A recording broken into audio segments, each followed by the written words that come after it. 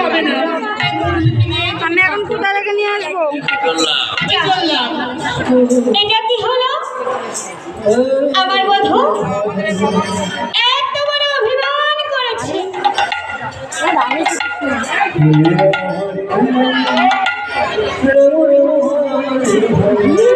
আমার বধূ এত বড় অভিমান করেছে, এখন কি হবে?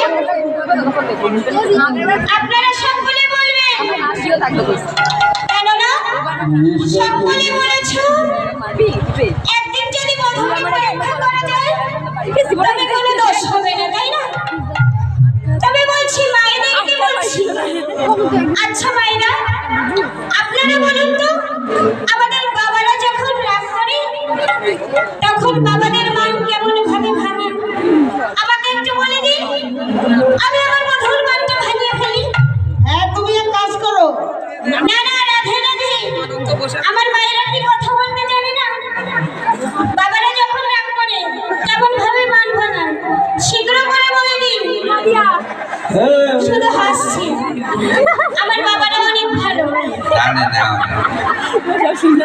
বাবারা অনেক ভালো, মায়েরা কথাই বলতে জানে না। আমার মায়েরা রাগ করে না, বুঝলে তো? বেশ, আমার বাবারাও রাগ করে, মায়েরাও রাগ করে। আমার যখন বধূ আমার বধূ এত বড় অভিমান করেছি, আমার বধূর মান কি করে ভাঙাতে হয় তা আমি জানি। বলছিলাম কি, একটু ভালোবেসে আদর করে সাদাসাদি করে রেখে, তাই না বাবা বলো? তবে মান ভেঙে যাবে, তাই না? তবে বেশ, আমি একটি বাড়িকে ভালোবেসে সাদাসাদি করে রেখে বলছি, ও বন্ধু, তুমি আমার সঙ্গে কথা বলো। এসো বন্ধু, কথা বলবে না তো? বেশ, আমি একটিবার গিয়ে দেখবো তুমি আমার উপর কেমন ভাবে বান করে থাকতে পারো। হ্যাঁ, তুমি মাসিটা নিয়ে সাদাসাদি করো। সাদাসাদি করো।